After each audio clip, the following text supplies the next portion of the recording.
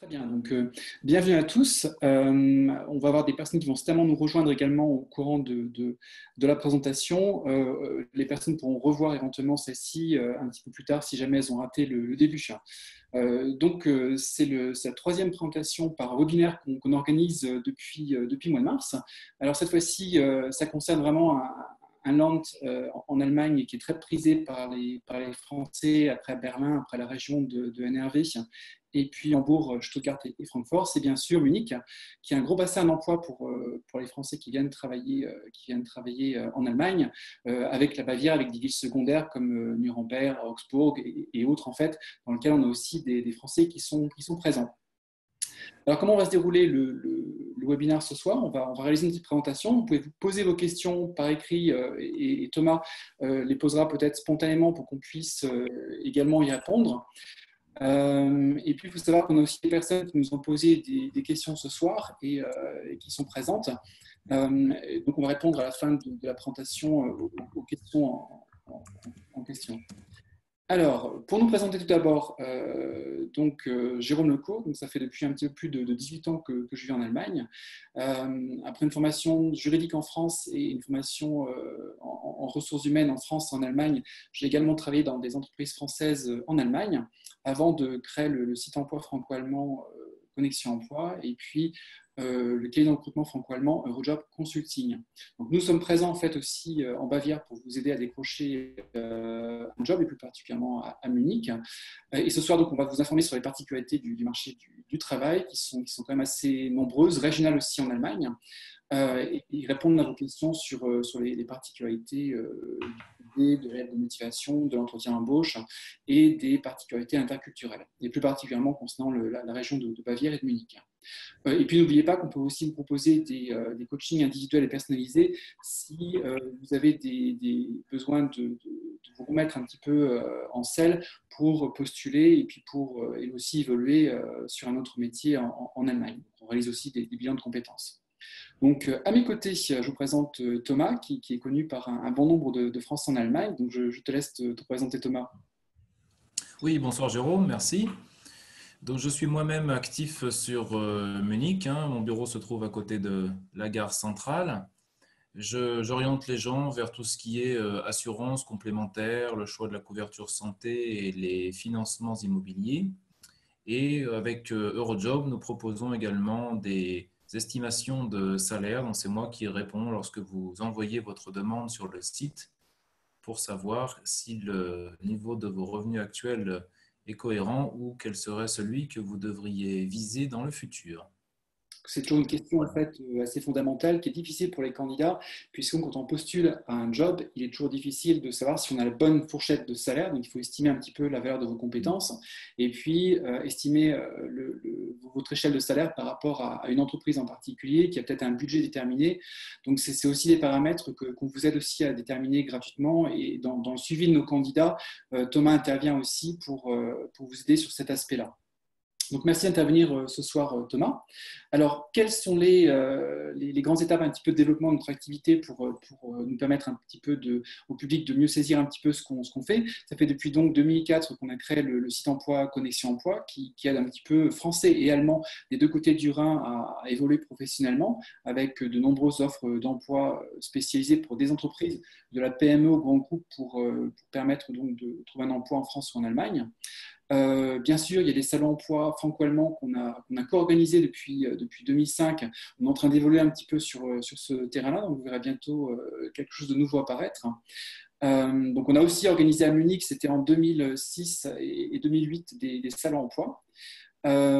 Ensuite est venu en 2006 Eurojob Consulting, c'est les entreprises qui nous ont demandé de trouver, de cibler un petit peu les candidats parce que c'était des candidats qui déjà à l'époque n'étaient pas faciles à trouver pour les entreprises par offre d'emploi. Donc, elles nous ont demandé en tant qu'intermédiaire d'aller dénicher un petit peu les candidats pour surtout les entreprises françaises présentes en Allemagne et également en Bavière et à Munich.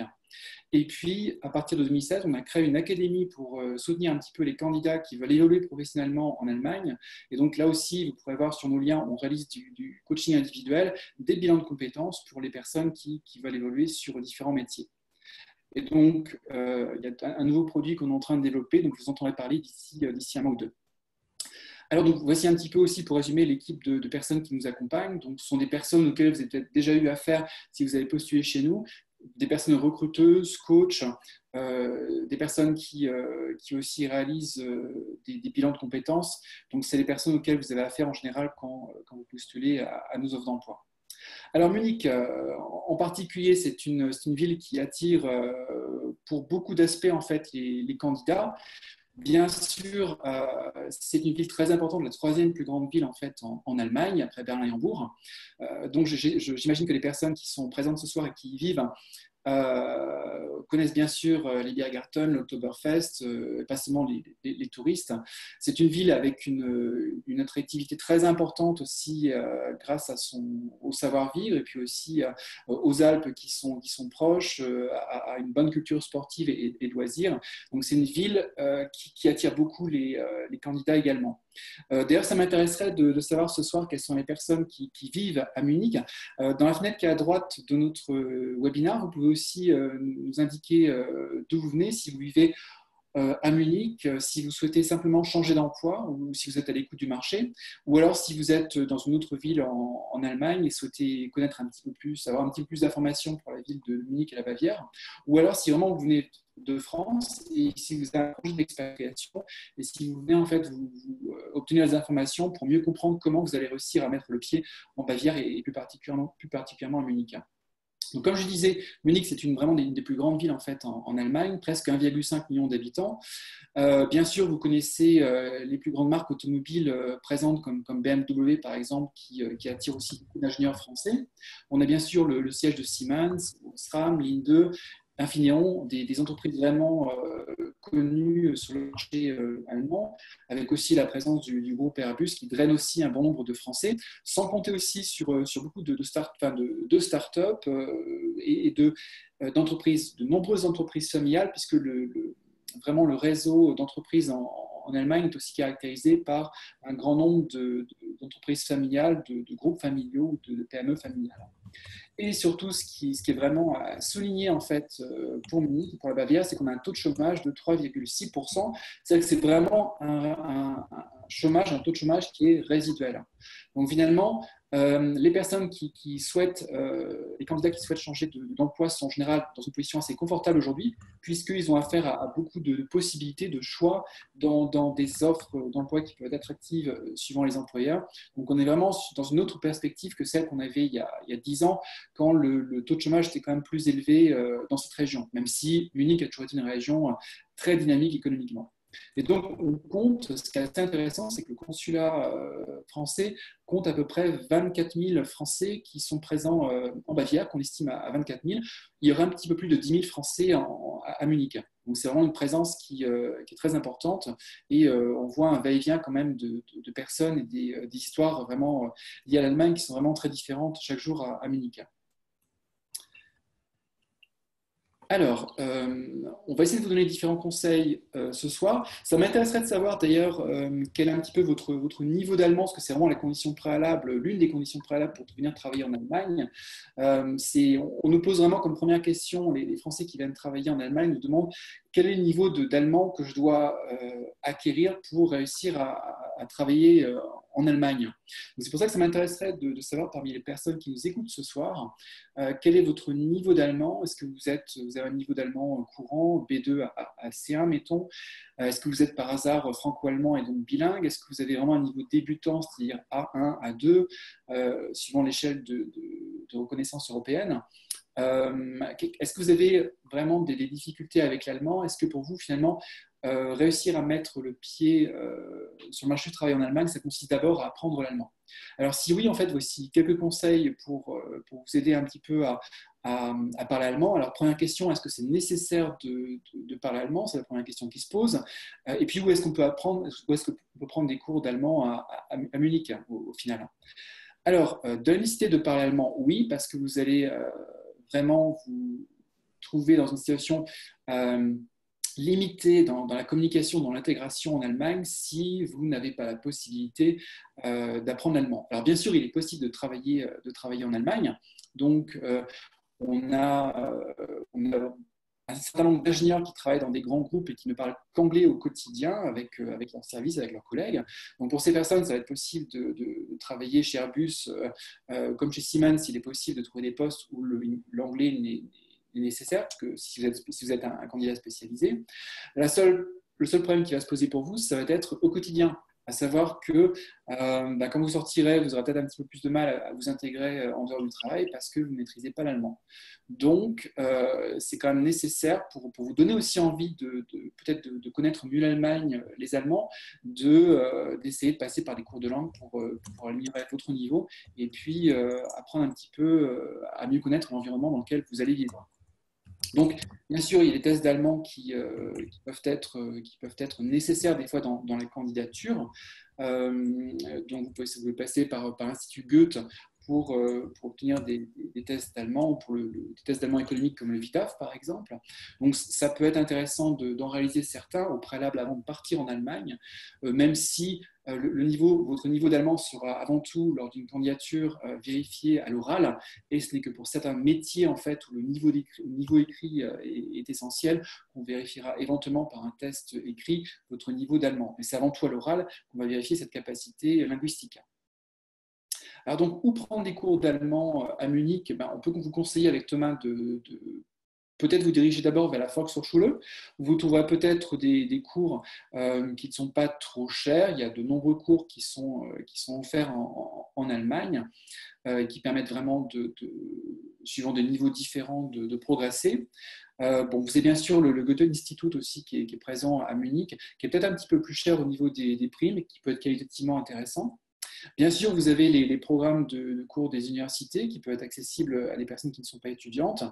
Alors, vous pouvez aussi organiser peut-être des tandems linguistiques sur place à Munich, en participant à des groupes Facebook, par exemple, de tandems linguistiques. Et puis, vraiment, la meilleure solution, ça a été un petit peu mon cas quand je suis arrivé en Allemagne, c'est de passer par la colocation. J'ai fait beaucoup de colocations quand j'étais étudiant en Allemagne. Et c'est grâce à ce biais, en fait, que j'ai réussi à vraiment progresser en allemand assez rapidement. Même si ça a été avec des accents différents, puisque c'était avec des Swabes, avec des Bavarois qui avaient cet accent, ce dialecte un petit peu particulier. Donc, c'était peut-être pas forcément dans le Hochdeutsch que j'ai pu vraiment progresser. Mais bon, pour les personnes qui ont passé l'âge d'entrer dans une colocation, évidemment, là, il vaut mieux à l'extérieur prendre des cours de langue. Est-ce que tu as, Thomas, des idées aussi à Munich de cours de langue qui peuvent être pris par des personnes arrivantes? N'hésitez pas à utiliser ou à participer à tous les groupes expatriés où souvent on a également le principe du tandem, effectivement, donc comme on l'indique là sur le quatrième point, où un Allemand serait peut-être content de parler un peu français pour les Français et du coup peut vous permettre aussi d'échanger en allemand. Donc ça peut être une façon aussi d'aborder la langue et puis d'avoir connaissance plus rapidement des particularités locales. On a beaucoup de rencontres franco-allemandes à Munich qui sont organisées par des associations même françaises locales, ou vous connaissez peut-être aussi des groupes internationaux aussi, auxquels participent beaucoup d'Allemands, qui souhaitent aussi échanger linguistiquement. Donc ça peut être aussi une bonne occasion de faire des tandems linguistiques. Voilà. Ensuite, bien sûr, Pensez aux sorties pour aller se faire du ski le week-end. oui, bonne Euh, il y a- occasion, bon conseil, parce que c'est vrai qu'une façon de s'intégrer en allemand, c'est vraiment de participer à des associations sportives. La semaine dernière, j'ai interviewé un Français qui vient du Solorf et qui nous racontait justement qu'il avait vraiment réussi vraiment à faire progresser son niveau d'allemand en participant à des jeux de rôle en allemand. Donc il y a les jeux de rôle, il peut y avoir aussi pour les mordus de jeux de rôle, il peut y avoir aussi toutes les associations sportives qui vous permettront de sortir régulièrement avec des Allemands et puis aussi d'entrer en contact avec la population locale. Donc, voici un petit peu pour les conseils linguistiques, même si certains d'entre vous, j'imagine, parlent suffisamment bien allemand. Alors, bien sûr, pour aborder le marché du travail, il faut être bien préparé, ça va être mon deuxième conseil. Donc, la préparation, ça passe par la préparation du CV en allemand. Donc là, il y a peut-être des personnes qui n'ont pas fait leur CV depuis un certain temps ou qui travaillent déjà en Allemagne et qui veulent savoir comment réaliser leur CV, ou des personnes qui, pour la première fois, en fait, réalisent un CV allemand. Donc, on va vous donner quelques éléments sur le CV. Ensuite, il y a bien sûr comment chercher un emploi en Allemagne, quel site emploi particulier utiliser, quel réseau, est-ce que la candidature libre, ça peut être une façon aussi de décrocher un job. Donc, c'est aussi des informations qu'on va vous donner. Et puis aussi, on va vous donner aussi quelques éléments sur si vous réussissez à décrocher un entretien, si vous avez une offre d'emploi, ce à quoi il faut faire attention avec le contrat de travail. Est-ce qu'il y a des aspects particuliers auxquels il faut faire attention parce que vous ne connaissez peut-être pas le droit du travail allemand. Et puis aussi un autre aspect, une fois que vous avez décroché le contrat de travail, c'est rechercher un appartement à Munich. Il faudra presque faire l'inverse, je dirais, c'est peut-être d'abord chercher un appartement et ensuite décrocher un job à Munich. Parce que ce qui semble le plus difficile au final, c'est la recherche d'appartement. Et puis ensuite, Thomas et moi, on vous parlera un petit peu des formalités administratives et puis aussi des assurances localement auxquelles vous devez souscrire pour être bien couvert. Voilà. Alors donc, le CV allemand, il n'est pas aussi synthétique, je dirais, que le CV français. La caractéristique vraiment première du CV allemand, c'est que c'est un CV très descriptif, dans lequel on n'aime pas du tout les lacunes, dans lequel il faut dire toute la vérité, parce que sinon le responsable ressources humaines allemand, il va se pencher vraiment sur les lacunes, il va essayer de comprendre pourquoi il y a des choses qui manquent dans le CV. Donc vraiment, le CV allemand, c'est comme un contrat de travail, vraiment, il est très descriptif. Il peut être sur 2 pages pour une personne qui a 2-3 ans d'expérience, comme 3, 4, 5 pages pour une personne qui est plus expérimentée. Donc, c'est, je dirais, la première caractéristique. Donc, il faut être très précis sur les dates d'entrée et de sortie dans le cadre de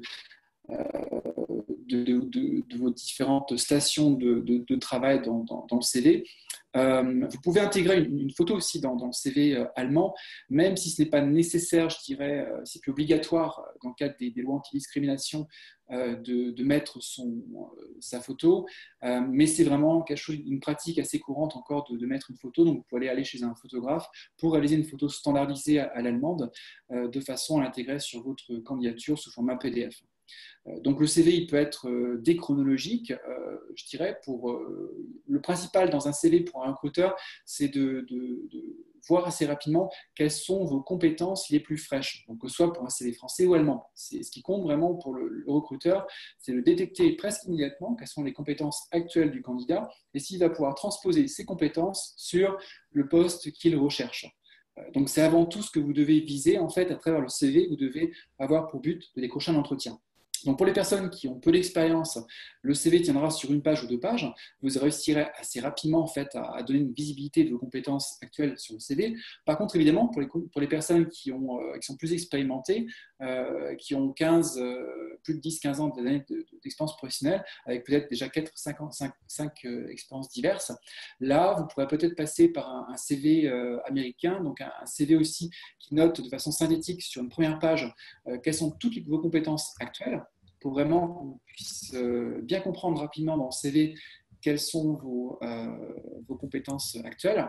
Et puis un CV accompagné d'un CV plus classique, déchronologique, je dirais, parce qu'il est important de savoir vraiment quel a été votre dernier emploi, et puis aussi peut-être qu'on puisse voir en détail quelles sont vos missions. Pour un commercial, vous pouvez intégrer quand même des chiffres d'affaires réalisés ou des évolutions de chiffre d'affaires.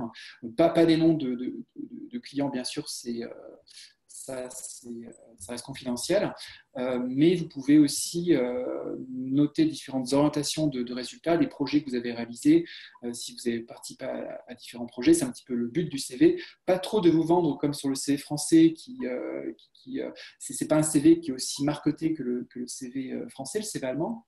Donc il y aura peut-être moins de couleurs, dans la forme, il y aura peut-être moins d'aspects en fait marketé que c'est français, mais il faut vraiment noter le plus d'informations possible, aussi pour qu'on puisse vous trouver en tant que recruteur par mots-clés. Donc il est important pour un CV d'ingénieur, par exemple, de noter tous les produits sur lesquels vous avez travaillé, tous les domaines techniques dans lesquels vous avez travaillé, y compris dans votre formation, pour qu'on puisse vous trouver par mots-clés. Donc ça, je pense que les ingénieurs savent bien le faire. Pour les autres candidats, il faut ne pas oublier de noter aussi vous notez souvent le nom de la société, mais on ne sait pas en fait quel est le domaine d'activité de la société. Il faut qu'on aille rechercher sur Google pour voir un petit peu ce que faisait la société dans laquelle vous avez travaillé. Donc, ne pas oublier de noter le domaine, le secteur d'activité de vos sociétés. Aussi, bien écrire les différentes missions que vous avez réalisées, c'est important. Donc, vraiment, première caractéristique, un CV qui est clair, net, qui est très descriptif et dans lequel il n'y a pas d'équivoque. Voilà. Alors, la lettre de motivation allemande, deuxième aspect, elle est pas forcément plus différente finalement de la lettre de motivation française. Ce qui est intéressant dans la lettre de motivation, c'est d'abord de s'intéresser à l'entreprise, au produit, peut-être à l'histoire de l'entreprise aussi, c'est des choses qui sont importantes. Quand on a sélectionné en fait un candidat d'abord à travers son CV, on va regarder, enfin je vais regarder par exemple la lettre de motivation pour voir si la personne s'est vraiment intéressée en particulier à l'entreprise et déjà essayer de faire ressortir des éléments intéressants. Alors, la particularité du CV allemand, c'est qu'il peut être aussi très complet avec d'autres éléments comme le certificat de travail, le Arbeitszeugnis. Donc, en Allemagne, les employeurs ont l'obligation d'accompagner quand la personne quitte son emploi, de fournir au candidat une évaluation finalement du travail qui a été accompli avec un descriptif des tâches, leur évolution, et puis aussi comment s'est passé le travail avec le supérieur hiérarchique, avec les collègues. Tout ça est noté dans un certificat de travail qui peut faire une à deux pages et qui va finalement certifier la véracité de ce que vous notez dans le CV. Donc c'est toujours un élément qui est primordial dans le CV allemand. Alors, que faire quand on est un candidat français qui n'a jamais travaillé en Allemagne, parce que on ne connaît pas forcément ce certificat de travail à l'allemande. Dans ce cas-là, ce que je donne comme conseil aux Français qui arrivent sur le marché du travail allemand, c'est de donner des références téléphoniques, comme on le fait dans le milieu anglo-saxon. Pour essayer, le but c'est de rendre crédible votre candidature, de donner confiance à l'employeur, parce que vous allez avoir une candidature peut-être un petit peu moins soutenue, un petit peu moins complète que le candidat français. Donc finalement, il faut aussi fournir des éléments qui donnent cette véracité à votre candidature. Donc en Allemagne, vous pouvez maintenant envoyer votre candidature sous format PDF et pas forcément avoir, je dirais, tous les éléments dans la candidature. Il n'y a que quand vous allez le jour de l'entretien que vous pouvez arriver avec un CV, des certificats pour, avec l'aspect papier aussi, montrer un petit peu le CV de votre candidature. Bon, il y a ce qu'on appelle la Bewerbungsmappe en Allemagne, c'est-à-dire l'acte de candidature en trois parties, dans lequel on peut mettre la lettre de motivation, le CV et puis aussi les certificats de travail. Ce n'est pas non plus une obligation, ça fait bien, mais ça renforce un petit peu le caractère sérieux du candidat, mais ce n'est pas une obligation si vous avez déjà au préalable envoyé votre candidature sous format électronique. Donc, une fois que vous avez passé l'étape de réaliser votre CV, donc aussi un aspect important pour le CV allemand, faites relire, même si vous n'avez pas le niveau d'allemand bilingue courant, faites relire par un natif allemand votre CV allemand pour être sûr qu'il n'y a pas de coquille, qu'il n'y a pas d'erreur, parce que c'est quelque chose qui peut jouer en votre défaveur si jamais l'employeur s'aperçoit que vous avez laissé traîner plein de fautes. Ça peut montrer peut-être qu'au quotidien, aussi dans votre travail, vous ne serez peut-être pas très rigoureux. Donc, vraiment une candidature béton qui n'est pas le droit à l'erreur. Voilà. Ensuite, un autre aspect pour les candidats, c'est comment déchiffrer une offre d'emploi. C'est vrai que ça peut être un petit peu difficile pour vous de décrypter un petit peu les offres d'emploi, mais je dirais qu'en Allemagne, elles sont plus descriptives qu'en France. Les offres d'emploi, elles sont plus claires. Donc, je dirais qu'il y a, au-delà des missions et puis du profil recherché, l'employeur va aussi noter un petit peu dans une troisième partie qu'est-ce qu'il offre à son salarié pour essayer de rendre plus attirant son entreprise. Dans la partie je dirais, profil, ne vous en tenez pas seulement au profil idéal qui a été décrit par l'employeur. Il se peut qu'il recherche une personne avec 5 à 7 années d'expérience professionnelle qui ait fait une Ausbildung, une formation en alternance à l'allemande. Seulement, vous avez un profil un petit peu différent parce que vous avez peut-être une formation universitaire, une formation d'école de commerce. Malgré tout, postulez. Ce n'est pas forcément une obligation de s'en tenir seulement à la formation. On est plus flexible à ce niveau-là en Allemagne. Aussi, l'obligation d'avoir 5 à 7 années d'expérience professionnelle. Si l'employeur n'arrive pas à trouver la personne idéale, il sera prêt à faire des concessions et peut-être à faire appel à une personne qui aura que 3 à 4 années d'expérience professionnelle dans un domaine. Donc, il vaut mieux tenter le coup, tenter votre chance et qui n'ose rien à rien, puis vous arriverez peut-être à décrocher un entretien. Donc, quelques pistes pour vous aussi pour peut-être réussir à décrocher, à trouver un petit peu plus d'offres d'emploi. Donc, bien sûr, vous avez notre site Connexion Emploi qui est spécialisé dans le franco-allemand, donc c'est pour les profils d'entreprises, pour les entreprises françaises qui recrutent en Allemagne, ou alors inversement pour les entreprises allemandes qui sont présentes en France, ou inversement.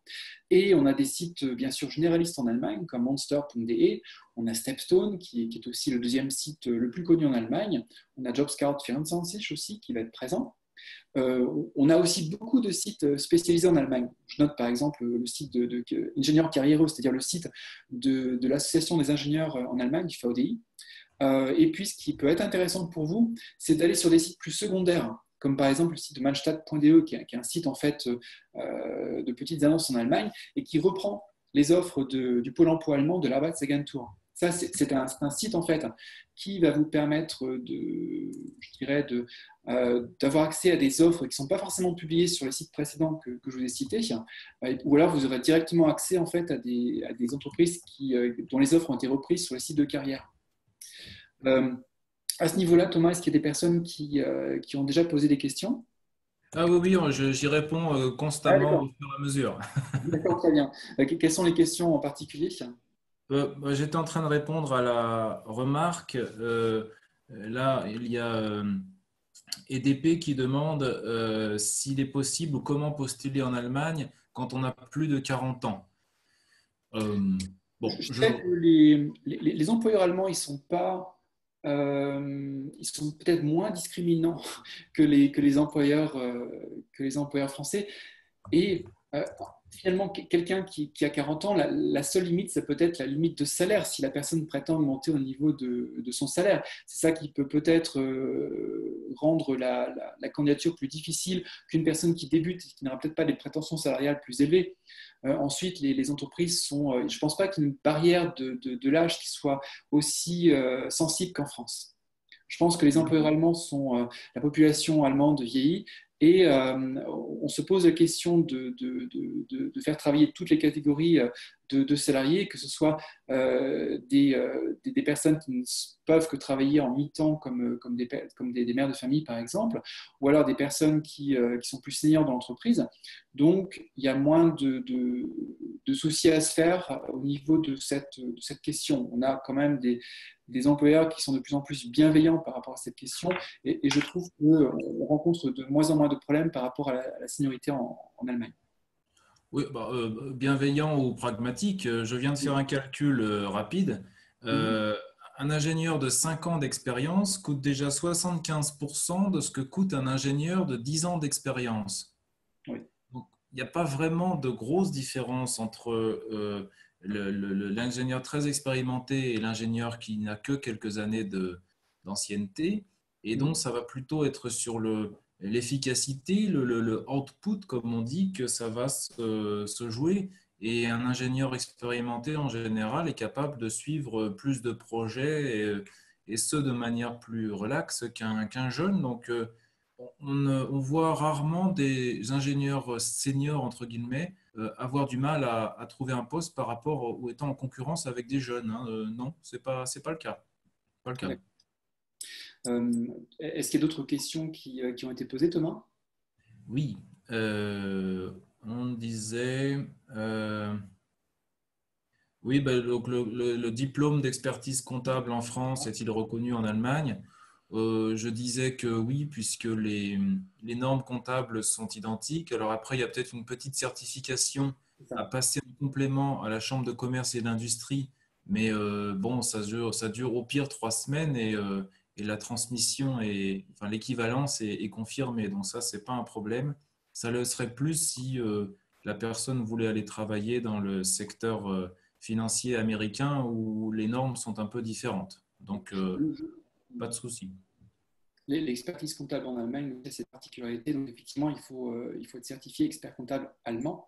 Et donc, il peut y avoir aussi peut-être quelques particularité dans la reconnaissance aussi des diplômes français. Il n'y a pas forcément eu un nivellement au niveau de tous les diplômes, donc il peut y avoir aussi quelques particularités dans la reconnaissance. en tout cas. Parce que ça nous arrive de recruter des profils franco-allemands qui sont très rares sur le marché.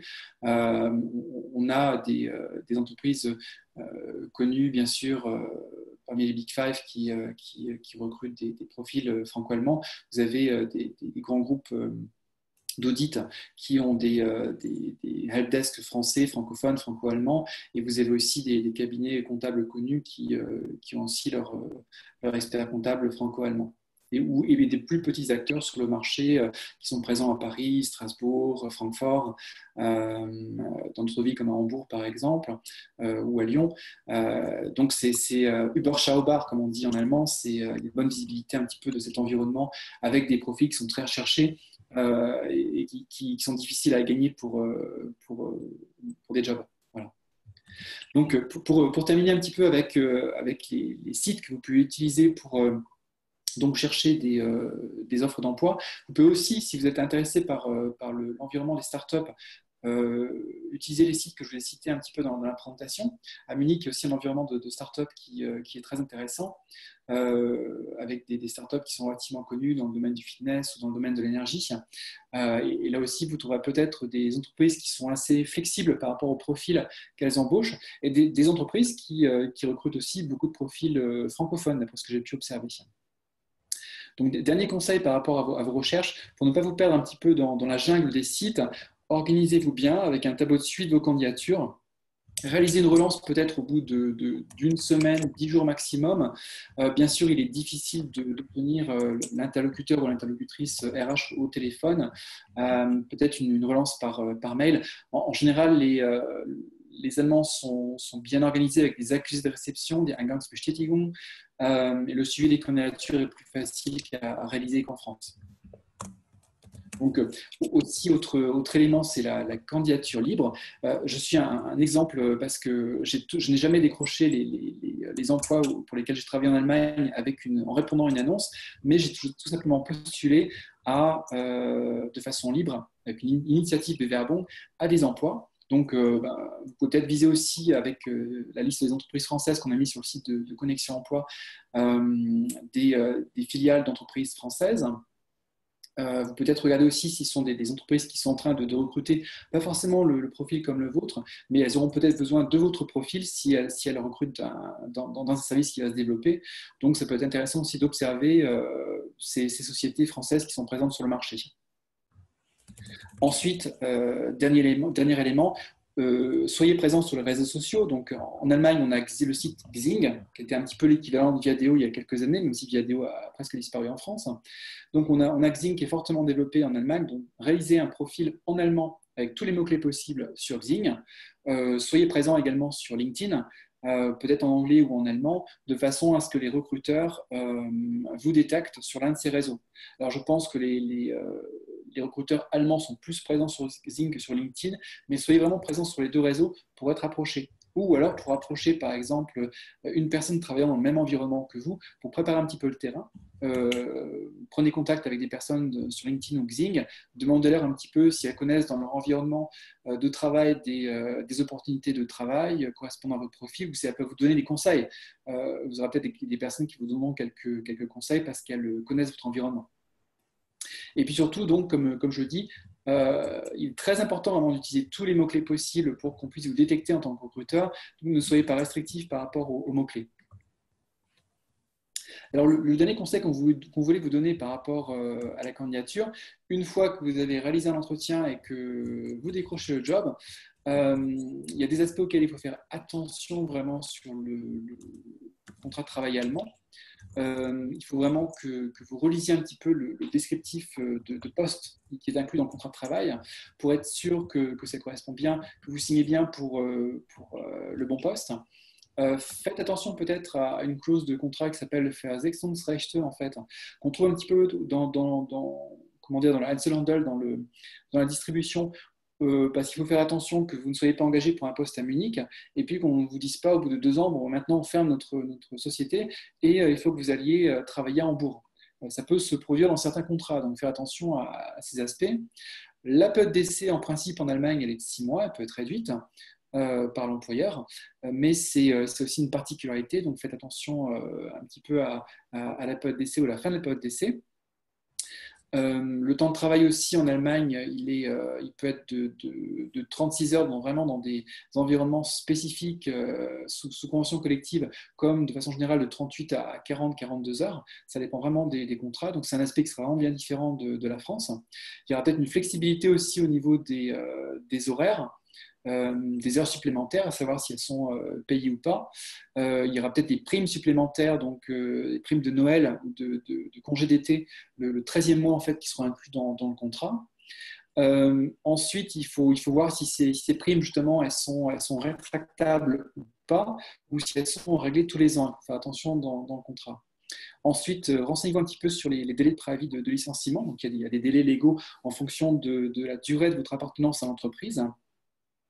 Et puis, il peut y avoir des particularités comme le délai de forclusion, comme la clause de non-concurrence, qui a une valeur un petit peu différente de la clause française de non-concurrence. Donc, ce sont des aspects auxquels il faut faire attention dans le contrat de travail allemand. Dans le pire des cas, vous avez quand même sur le marché, dans chaque grande ville en Allemagne aussi, des avocats spécialisés, des fois franco-allemands, des cabinets pour lesquels on peut vous donner quelques noms si vous aviez un problème, si vous rencontrez un problème avec un employeur, de façon à prévenir un petit peu les dégâts ou alors à prévenir un problème juridique que vous rencontriez avec un employeur.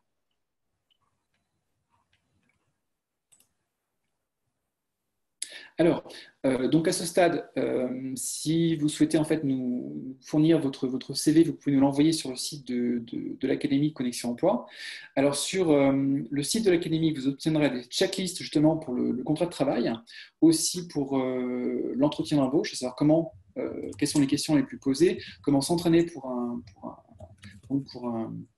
un entretien d'embauche. Alors, vous avez sur la partie checklist donc ces éléments sous format PDF que vous pouvez aller chercher directement sur notre site. Vous pouvez aussi poser à Thomas toutes les questions concernant l'estimation de salaire, donc sur cet onglet. Et puis, vous avez deux, trois tests d'évaluation que vous pouvez ajouter à votre candidature, à votre CV, un test de personnalité ou un test commercial, un test de management qu'on a mis à disposition. Vous le réalisez, vous obtiendrez un login en fait pour le réaliser et vous pourrez l'ajouter à votre candidature au cas où vous n'auriez pas de certificat de travail. Bien sûr, vous pouvez aussi revoir un petit peu nos vidéos conseils et puis participer à notre club emploi franco-allemand. Et donc, n'hésitez pas à nous envoyer votre CV pour qu'on puisse vous mettre en contact avec des employeurs localement. Donc, il y a un aspect qui est primordial à Munich, au-delà de la candidature, c'est la recherche d'appartements. Donc là, comme on s'en aperçoit sur les réseaux sociaux, les bons conseils sont vraiment coûtent cher en fait. C'est la première chose qui fait difficulté à Munich, c'est de réussir à trouver un logement.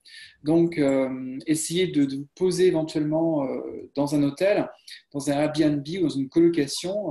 Il faut vraiment être levé tôt, comme à Paris, pour réussir à décrocher une location.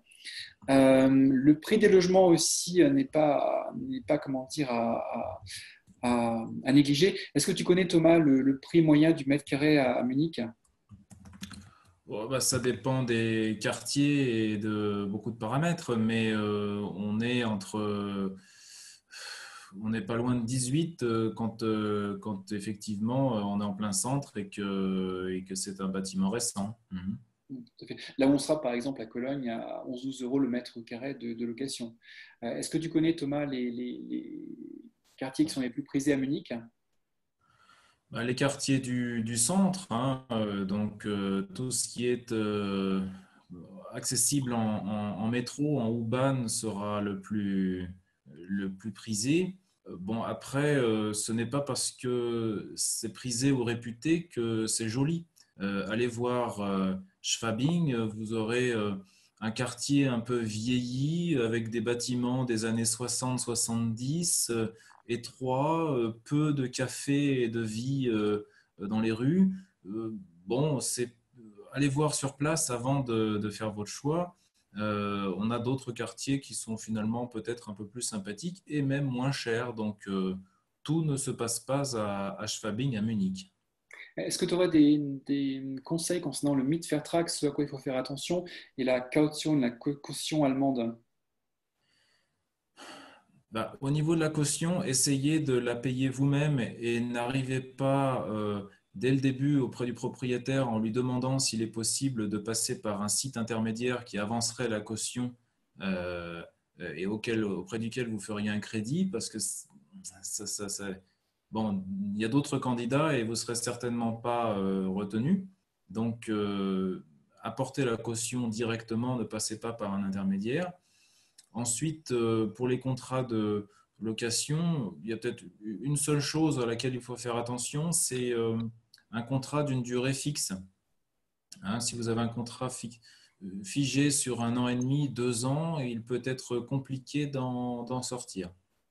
Mais sinon, c'est un peu comme les contrats de travail. La plupart des choses sont réglementées par la loi. Donc, en théorie, vous n'auriez même pas besoin de contrat. Tout est déjà prévu par les réglementations qui, de toute façon, viennent au-dessus de toute clause écrite sur un papier.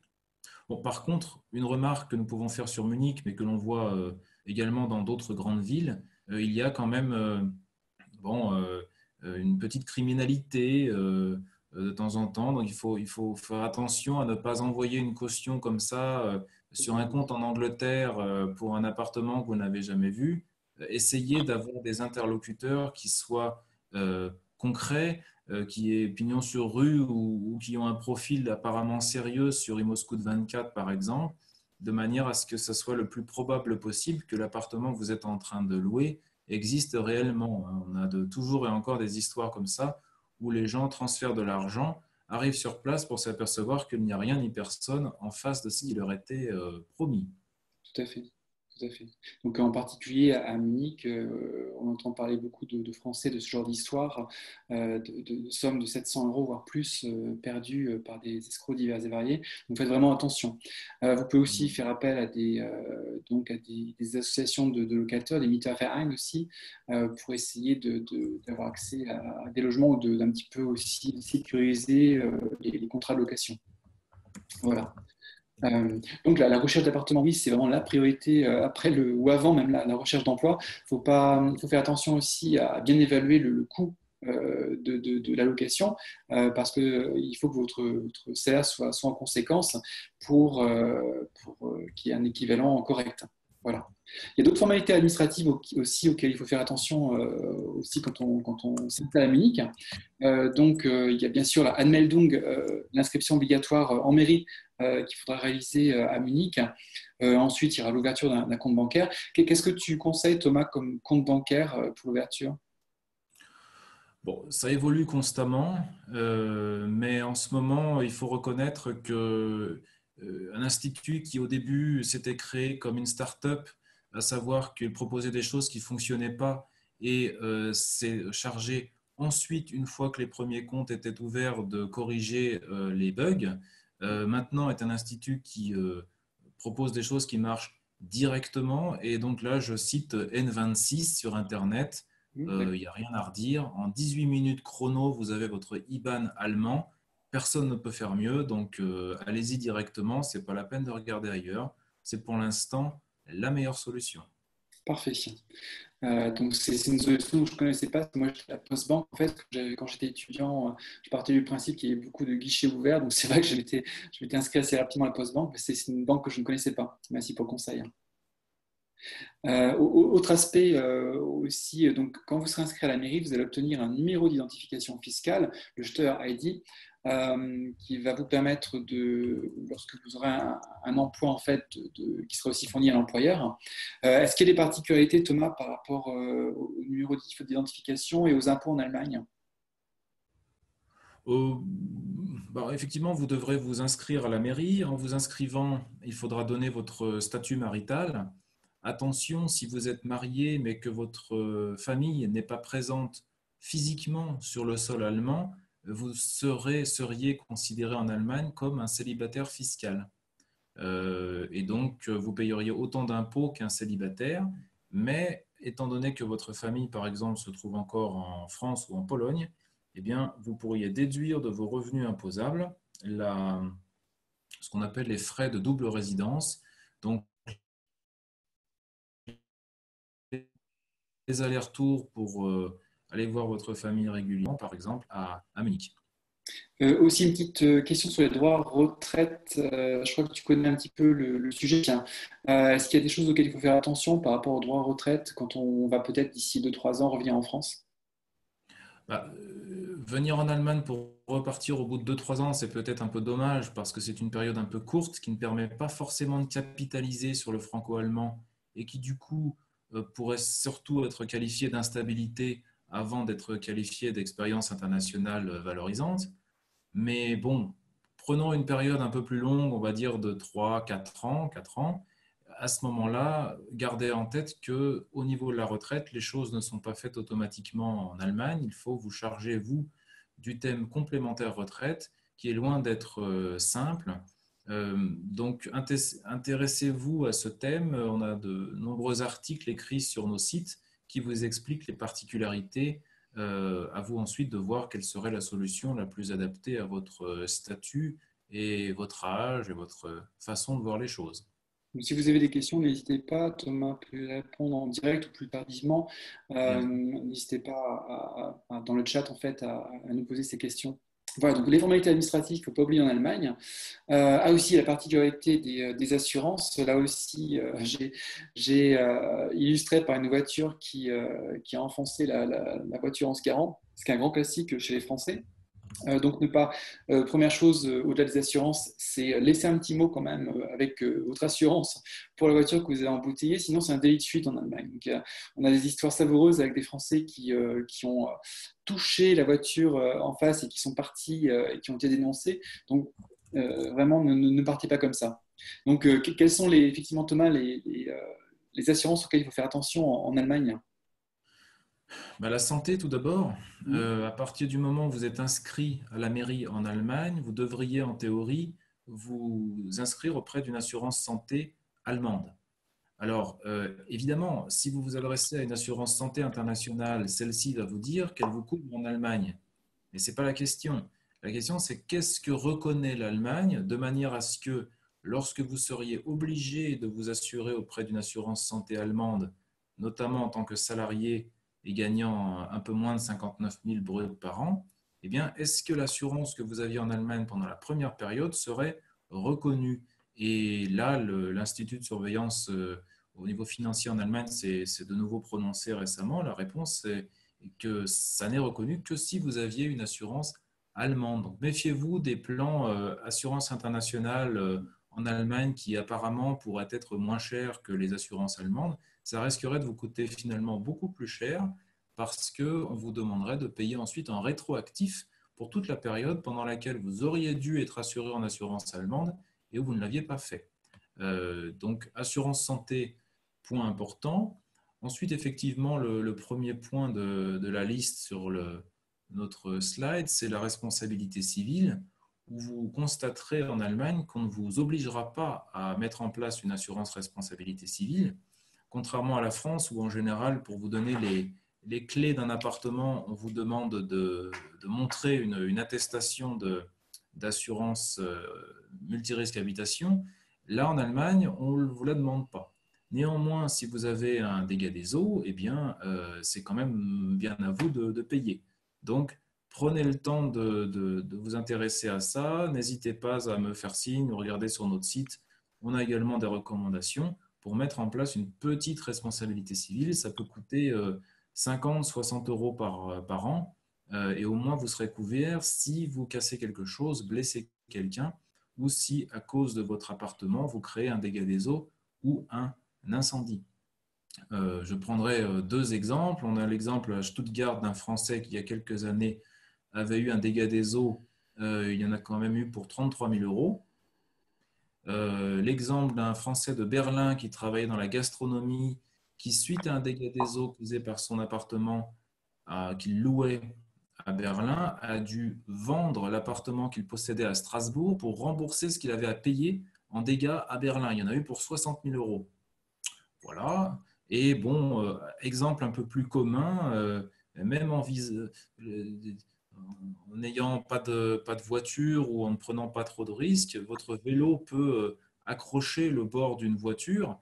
Si on vous voit, bah, c'est quand même bien à vous de payer parce qu'on appelle la police. Et là, il peut y en avoir tout de suite pour 2 000 ou 3 000 euros. Donc, responsabilité civile, ça peut être intéressant. Et gardez également en tête que si vous aviez un chien, vous êtes aussi amené à l'assurer en Allemagne. Donc, une petite assurance pour le chien et vous devriez payer un impôt pour le fait d'avoir un chien à Munich notamment. Voilà. Oui, tout à fait, ça a une Voilà. particularité pour les personnes qui possèdent des animaux suivant les régions d'Allemagne. Voilà. D'accord, ok. Est-ce que c'est à peu près tout ce que tu nous conseillerais comme assurance, Thomas, Ça, d'avoir? c'était la base du minimum. Ensuite, évidemment, l'assurance voiture, il ne faut pas rester des années en Allemagne en restant en plaque française. Ouais. Donc là, il faudrait faire reconnaître votre bonus français en Allemagne. Donc ça, on peut vous y aider. Et puis, bon, pour les petites assurances de base, on a la protection juridique qui permet de faire valoir vos droits en cas de licenciement un peu abusif. Vous savez qu'en Allemagne, que vous soyez en CDI ou en CDD, peu importe, si on veut vous mettre dehors, on vous met dehors et on discute après. Et donc, la protection juridique permet de payer les frais d'avocat pour faire valoir vos droits, pour négocier une prime de licenciement adaptée. Je pense là, par exemple, à une Française de Munich qui travaillait dans une start-up vendant des meubles, vous la reconnaîtrez pour certains, qui, grâce à cette assurance, a réussi à toucher, et sans exagérer, c'était son avocat qui s'en est chargé, elle a touché quand même 17 000 euros. Donc, ça peut vraiment être valable. Voilà. Bon, et puis l'assurance accident, ça c'est peut-être un petit peu spécifique à Munich. Mhm. Gardez en tête que beaucoup, sous la recommandation pertinente de collègues, s'inscrivent au club alpin, hein, donc Alpenverein.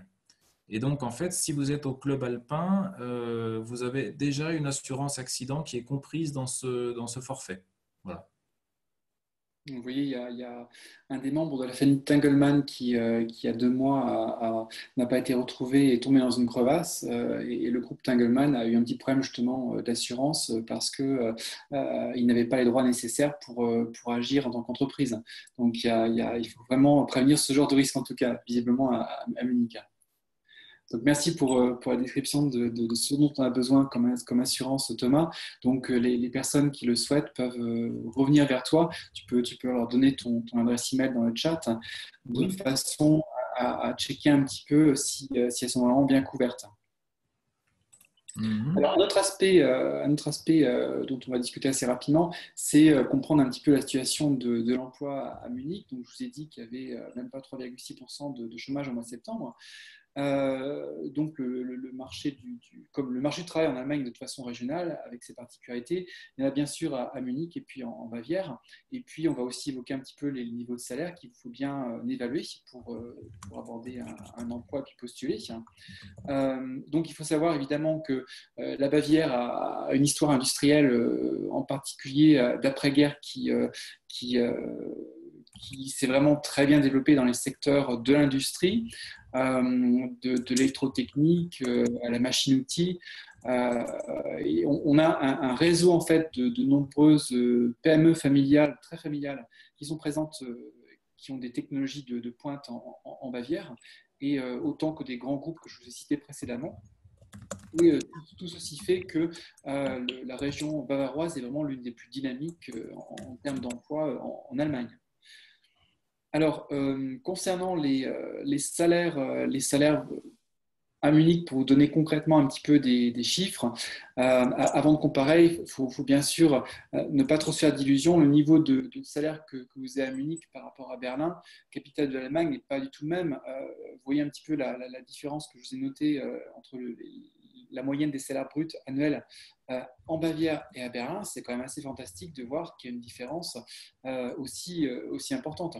En fait, la Bavière et le Baden-Württemberg sont comparables en termes de salaire, mais par contre, par rapport à la région de Berlin, ça n'a rien à voir. Donc, il faut vraiment faire attention quand vous postulez dans un Land en Allemagne, dans une région, à cette fameuse différence de salaire. Donc pour ceci, Thomas, vous n'hésiterez pas à vous répondre. Il suffit en fait d'envoyer sur le lien que je vous affiche ici, donc d'aller sur l'estimation de salaire, la catégorie estimation de salaire, et vous envoyez votre CV à Thomas qui, en fonction de votre profil, vous indiquera quelle devait être votre fourchette de salaire à Munich ou en Bavière, dans une autre ville, pour postuler un emploi. Est-ce que tu as des questions en particulier sur, enfin, des informations, Thomas, sur le niveau de salaire à Munich à nous communiquer? Oui, alors, bon, attention, on entend souvent dire que les salaires seraient plus élevés à Munich qu'ailleurs. Pas forcément, ça dépend des secteurs. Alors, si on prend des jobs relativement simples, tels que vendeur en magasin ou, bon, tout ce qui est tertiaire, salarié plus de base, entre guillemets, effectivement, les salaires sont peut-être certainement plus élevés à Munich qu'ils seraient à Leipzig ou au fin fond de la province. Par contre, pour d'autres postes plus qualifiés, en général, les salaires sont aussi élevés à Munich qu'ailleurs parce qu'il faut motiver les gens à venir, que ce soit à Munich ou à Cologne ou à Hanovre. Par contre, euh, on observe à Munich qu'il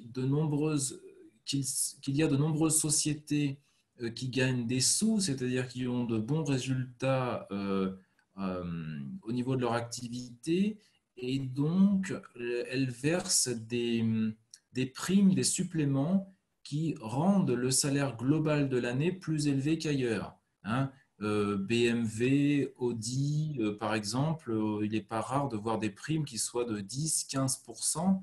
Et donc des gens qui toucheraient normalement 80-85 sur Cologne se retrouvent à 100, 103 à Munich avec le même type de poste et dans le même type d'entreprise. Donc c'est plus par le dynamisme local, mais surtout des entreprises dans lesquelles les gens travaillent, que l'on atteint des niveaux plus élevés. Mais ce n'est pas parce que vraiment ils sont à Munich, c'est simplement que Munich est attractif, donc ça attire ces entreprises, donc c'est attractif, donc c'est un peu un cercle vertueux. Merci pour ces précisions. En tout cas, c'est intéressant d'entendre aussi qu'il faut relativiser par rapport à ce que ça dépend bien sûr du type d'entreprise et de son dynamisme économique pour avoir, et ça a un impact sur le salaire en tout cas. Tout à fait. Alors, une fois qu'on a réussi alors, pour les personnes qui vraiment sont débutantes, je dirais, en Allemagne et qui veulent un petit peu décrocher un premier emploi pour essayer de parvenir à un emploi plus qualifié, bon, bien sûr, on peut passer par des petits boulots au début dont on ne parle pas suffisamment allemand, par des mini-jobs aussi qui sont décriés, mais qui sont aussi une façon de mettre le pied dans l'environnement du travail. Peut-être aussi par la solution de l'intérim. Pour les personnes qui sont étudiantes ou qui sont dans la vingtaine, peut-être aussi passer par un séjour au pair pour découvrir l'environnement de travail. Donc, comme je disais, le mini-job, 450 euros, 52 heures de travail par mois, 12h30 par semaine en général. Bon, il ne faut pas que ça devienne un piège de la précarité comme ça peut l'être des fois en Allemagne. Ensuite, vous avez une autre solution qui est l'intérim. Donc, parce que chaque entreprise d'intérim a déco ou autre a un carnet d'adresses différent et peut vous permettre aussi d'avoir accès à des employeurs, des gros employeurs aussi qui font appel et qui pourront, en fonction de ce que vous avez réalisé, être intéressés de vous embaucher sous forme de CDI. Donc, c'est peut-être aussi en passant par intérim, par Manpower, Randstad ou Adecco que vous pourrez décrocher un premier job. Bien sûr, vous pouvez passer par des périodes de formation, de stage en Allemagne, stage de formation Pflichtpraktikum ou alors des stages libres, ce qu'on appelle le Freiwilliges Praktikum, sous des conditions particulières. Et ce sont des leviers qui vous permettront aussi d'aborder le marché de l'emploi sous une forme un petit peu différente avant vraiment d'avoir accès à des emplois très qualifiés. Bien sûr, pour les personnes de moins de 28 ans, vous pouvez passer par le volontariat international à l'étranger, le VIE en Allemagne. Là aussi, il y a beaucoup de postes de VIE ouverts, même si je dirais que c'est un petit peu fictif parce que certes, il y a beaucoup de postes d'ingénieurs qui sont ouverts pour les entreprises françaises sous forme de VIE, mais je dirais que les ingénieurs français qui parlent allemand, les jeunes ingénieurs, ils n'ont pas de mal pour trouver vraiment un poste localement sous forme de CDI allemand. Ils n'ont même pas besoin de passer par le VIE pour décrocher un emploi, ce qui fait qu'il y a beaucoup de VIE ouverts en fait en Allemagne. Donc c'est une solution qui peut être intéressante pour d'autres métiers commerciaux, dans la finance, contrôleur de gestion, etc., etc., pour réaliser une première expérience d'un an ou deux si on ne sait pas si on va s'inscrire dans la durée en Allemagne. Donc, ces jours au pair, voici quelques informations pour les personnes pour réussir aussi à trouver des pistes de séjour au pair à travers les agences de placement, à travers aussi les annonces de qui seront collement pour la jeunesse. Donc, ça peut être quelques personnes qui sont intéressées ce soir.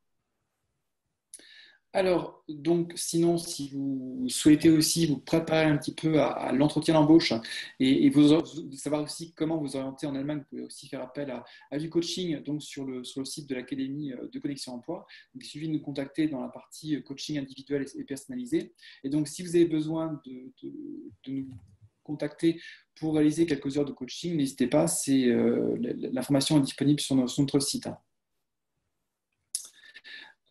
Ensuite, avant de terminer notre webinaire, des informations un petit peu plus concrètes sur les entreprises qui embauchent à Munich. Donc, bien sûr, vous avez les entreprises françaises qui sont présentes à Munich. On a quand même listé un certain nombre. Vous avez bien sûr aussi les entreprises allemandes. Il ne faut pas oublier les entreprises allemandes qui sont internationales et qui recrutent des profils francophones et internationaux. Elles ne seront pas forcément intéressées uniquement par votre côté français, mais aussi par les autres langues que vous maîtrisez, peut-être vous, par vos compétences spécifiques. Et puis aussi, on abordera un petit peu la question de l'intégration dans l'environnement du travail. Alors, il est assez facile de détecter des entreprises françaises à Munich. Il y a bien sûr des noms assez connus. Parmi les 400 entreprises françaises qui ont été détectées par les organismes français en Allemagne, on a bien sûr le groupe Accor dans l'hôtellerie qui embauche beaucoup de personnes à Munich, le groupe Clarins, Danone, Saint-Gobain, Valeo, les groupes du luxe avec Moët-Hennessy, Hermès, Cartier.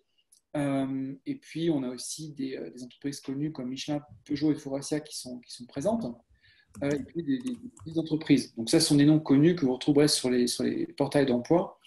Ensuite, vous pourrez vraiment dans tous les domaines trouver, je dirais, des sociétés aussi dans la haute technologie, dans le conseil.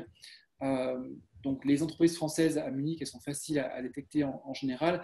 Bien sûr, il peut y avoir des fois des entreprises avec des participations françaises dont les noms ne vont pas sonner très, très français. Mais il y a vraiment un large carnet d'adresses d'entreprises françaises à Munich. N'oubliez pas bien sûr de viser les entreprises allemandes à Munich. Donc ça peut être, il y a bon nombre d'entreprises qui cherchent quand même des personnes de langue française pour développer un petit peu leur export vers la France ou vers les pays francophones. Et vous aurez sur le site emploi aussi, en tapant le mot Französisch, Frankreich, aussi beaucoup de possibilités de trouver des opportunités à Munich. Donc, vous avez aussi une liste d'entreprises qu'on vous met à disposition sous Connexion Emploi de façon à mieux cibler ces entreprises. Ensuite, comme je disais, n'hésitez pas aussi à viser les startups munichoises, comme les Français le font à Berlin, par exemple. Vous avez quand même un bon vivier d'entrepreneurs qui sont assez flexibles, qui sont intéressés par les compétences très variées et qui sont prêts vraiment à intégrer des personnes de tous les horizons, des profils atypiques. Donc, n'hésitez pas à jeter un petit peu un coup d'œil à ces sociétés récentes. Donc, vous avez une liste des startups à Munich. Et puis, vous avez aussi des rendez-vous de networking qui sont réalisés par ces sociétés. Ça peut passer par les petits déjeuners, comme je l'ai noté. Et donc, vous avez sur le site de munichstartup.de des informations sur tous les événements propres aux startups. Donc, ça peut être intéressant de découvrir cet environnement très, très dynamique. Donc, voici un petit peu la partie questions-réponses. On a quelques personnes qui nous ont posé des questions. Mais déjà, Thomas, est-ce qu'il y a des personnes qui ont continué à nous poser des questions sur le chat? Ah oui, j'y réponds constamment au fur et à mesure, en fait. D'accord. Est-ce qu'il y a des questions en particulier qui peuvent être intéressantes pour le public? Là, on en a une, par exemple, qui concerne le coaching, les conseils dont tu parlais tout à l'heure. Demande le prix d'une telle prestation. J'allais répondre, c'est pas très cher, c'est du genre 60-70 euros de l'heure.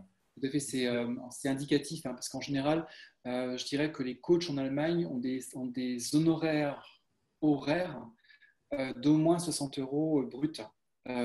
Et donc, si vous comptez, je dirais, au moins 2-3 heures de coaching, ça va être un investissement, je dirais, d'au moins 200 euros.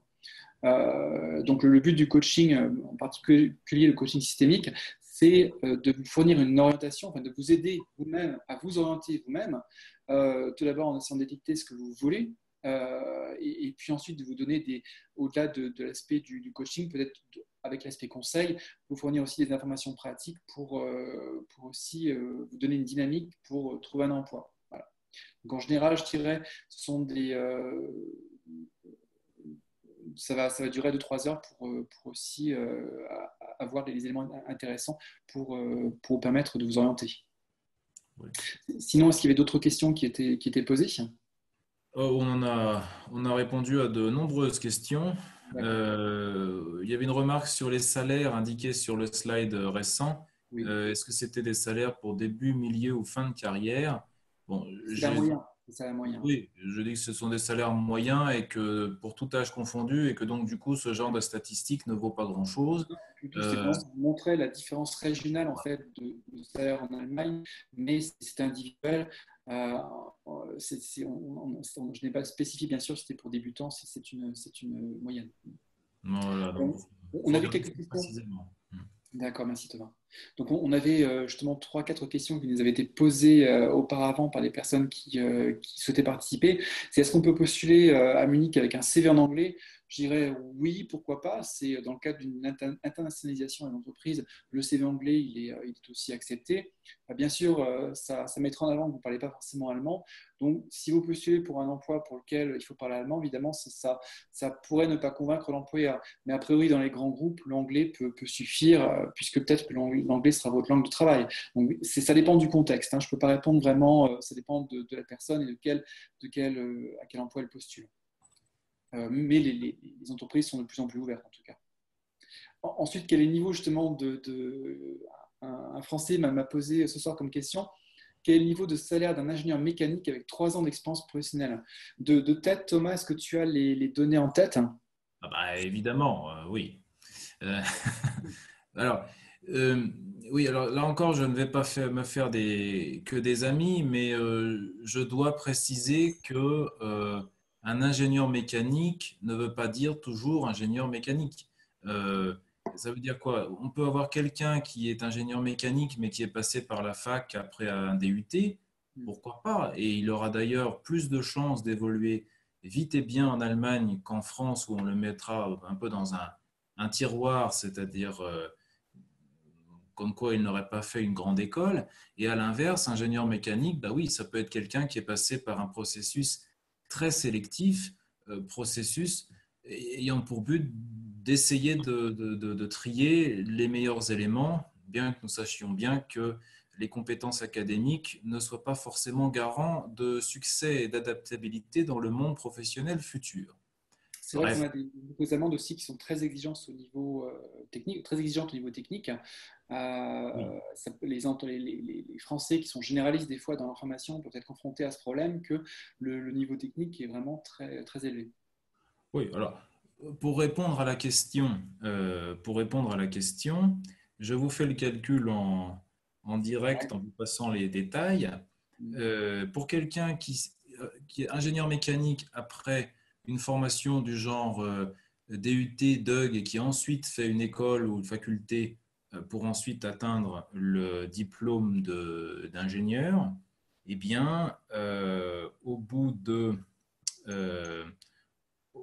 3 ans, il serait à environ, je vous le calcule, 47 000 euros bruts. Bon, maintenant, je prends le profil de quelqu'un qui sort on va prendre l'INSA Lyon, donc une école d'ingénieur, ou alors l'UTBM de Belfort, là, ou alors l'UTC à Compiègne. Bon, ben lui, au bout de 3 ans, il va gagner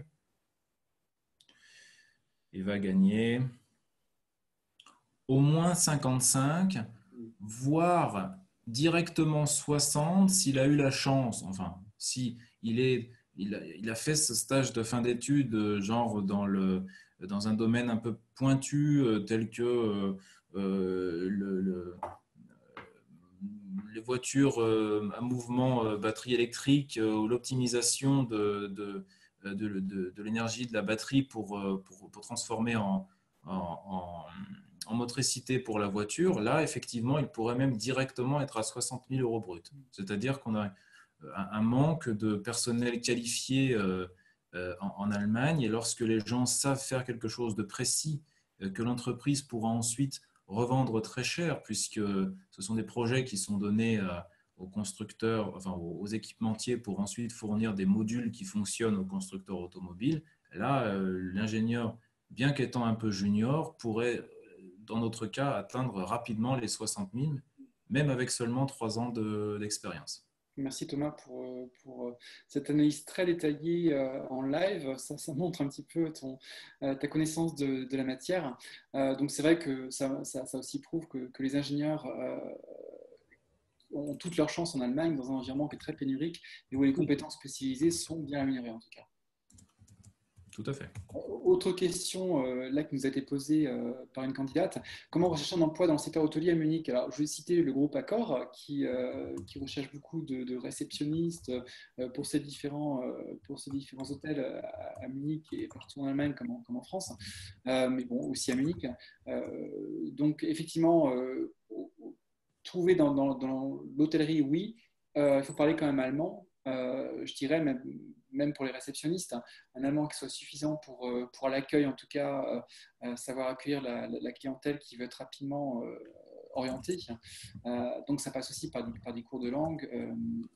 Vous passez par l'intérim aussi, parce qu'il y a beaucoup d'hôtels divers et variés qui passent par les agences d'intérim. En tout cas, dans l'hôtellerie, vous aurez l'environnement de l'hôtellerie gastronomie à Munich aussi très développé.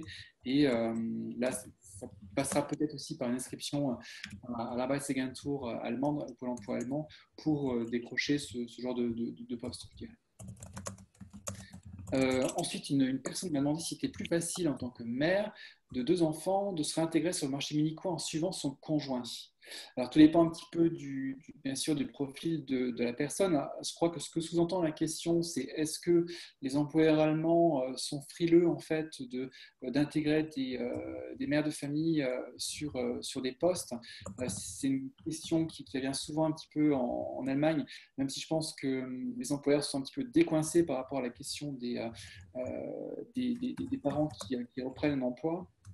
On a quand même des employeurs qui sont un petit peu plus modernes sur la question et qui n'ont pas peur de réintégrer des personnes qui ont des enfants à charge ou alors qui ont organisé aussi la crèche pour les enfants. Donc on a un petit peu plus d'ouverture des employeurs allemands par rapport à cette question qui était autrefois très différente par rapport à la France, parce que là, il y avait une grosse difficulté pour trouver des crèches en Allemagne. Voilà. Donc, ça dépend vraiment de la compétence de la personne. Il peut toujours y avoir des a priori. Il faut savoir prévenir la question en essayant en tout cas, d'être clair sur le fait qu'on soit bien organisé et que ça n'aura pas forcément d'impact sur la performance au travail. Voilà. Donc, voici un petit peu les questions qui nous avaient été posées. Donc, comme je vous l'ai indiqué, n'hésitez pas, si vous voulez aller plus en avant et si vous avez vraiment besoin d'un coaching spécialisé individuel, vous trouverez une liste des coachs qui nous accompagnent sur l'Académie de Connexion Emploi. Donc, merci d'avoir participé en tout cas à notre webinaire. Vous pouvez retrouver aussi Thomas, vous pouvez lui demander une estimation de salaire gratuite pour connaître votre valeur un petit peu sur le marché du travail à Munich. Donc, il suffit de cliquer sur la catégorie estimation de salaire de l'Académie de Connexion Emploi. Vous pouvez envoyer votre CV à Thomas, puis il vous répondra dans les 24 heures ou dans les 48 heures, je dirais. 48. Dans les 48 heures, excuse-moi, oui. Dans les 48 heures pour estimer un petit peu votre valeur sur le marché du travail allemand. Voilà. N'hésitez pas bien sûr à déposer votre CV sur le site de Connexion Emploi pour qu'on puisse vous mettre en contact aussi avec nos recruteurs, avec des employeurs à Munich et vous aider à réaliser les premiers pas sur le marché du travail. Donc, j'espère pour les personnes qui ne sont pas encore présentes que vous serez bientôt présentes à Munich et en Bavière, que vous connaîtrez les particularités locales, comme j'indique sur cette belle photo. Je vous remercie d'avoir participé à notre webinaire. N'hésitez pas, si vous avez encore des questions, à revenir vers nous donc dans la partie contact de Connexion Emploi. Et puis, on espère vous retrouver pour un nouvel emploi, en tout cas dans cette belle région. Voilà. Merci Thomas d'avoir participé à ce webinaire. Merci Jérôme. À bientôt. Bonne soirée. Merci.